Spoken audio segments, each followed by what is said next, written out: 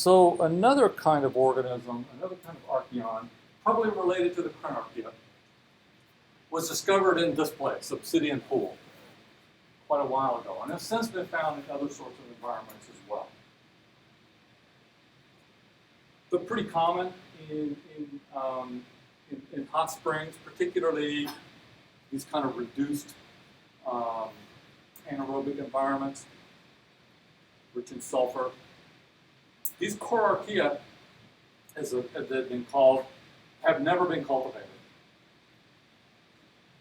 But in these days, that's not so much a hurdle, right? Because you can sequence a genome whether you can grow it or not. And you can learn an awful lot about an organism from its genome sequence. Let me give you a trivial example. We talked early in the semester about Korarchaea fiticola, this symbiotic aphis that provides all the nutrients that aphid needs. You can't grow that in culture either. But all you have to do is pull that bacterome out and start sequencing DNA, and you know how Korarchaea works. Likewise, this thing. The best cultures there are of this are kind of enrichment microcosm experiments, where they're able to adjust the conditions in such a way that the majority of organisms in this mixed culture are Korarchaea. Now, how do they know that? Any ideas how you would look at a mixed culture under a microscope and say this one's a Korarchaea and not the other one? No, I'm not sure if these things are all concentrated. And you wouldn't know anyway. With ribosomal primers, right? You know where the organism trees out, and so you make a primer that's specific to that group, and you use that as a probe. We'll talk about that in detail starting next week. And so they would monitor these cultures, they would adjust conditions and look to see what happened to the proportion of organisms to Korarchaea. And they found conditions where they were able to enrich such that the vast majority, well, not the vast majority, but the majority of the organisms were this thing, which is a Korarchaea.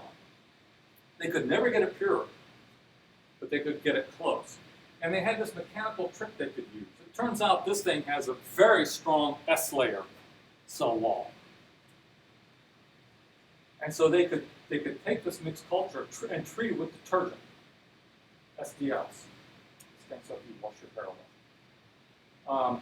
All the other cells in the culture lysed, but Korarchaea doesn't. And so they then just spin out the Korarchaea and start sequencing the DNA. This thing's a really thin filament. You can't see it very well under a light microscope. It's only less than 0.2 of a micron in diameter, really long. It's heterotrophic, and you know that by looking at the genes, right? It's got genes for glycolysis and all that sort of thing. It's got a small genome, 1.6 million bases. If you look at the genes, it seems to be peptidolytic. So when you grow them in culture, it's the proteins and oligopeptides that it's grown on. It doesn't have genes for sugar metabolism, or hydrolysis of polysaccharides, that sort of thing. It has an electron transport system, and it has a hydrogenase as the electron donor, the electron acceptor. And so this thing is hydrogenic. And that probably is one of the keys to why it won't grow by itself, because I've said this several times now, if you're making hydrogen for a living, you've got to have somebody who can get rid of that right away. The other thing is it's got a bunch of genes for vitamins, cofactors, that it lacks. And so it can't make cobalamin. It can't make so it can't make a bunch of these vitamins. That means that they are presumably provided either in the media or by organisms that it's growing with.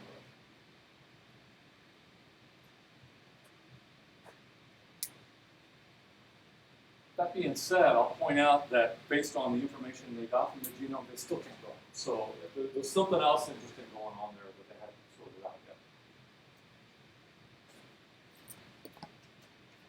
I'll also point out that I talked about 2 of these odd archaeal sign groups. There are many more now that are out there, most of them known only from ribosomal sequences and not any cultures or anything like that.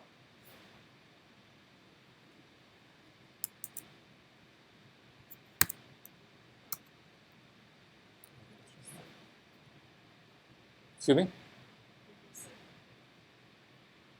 That's what I wanted to.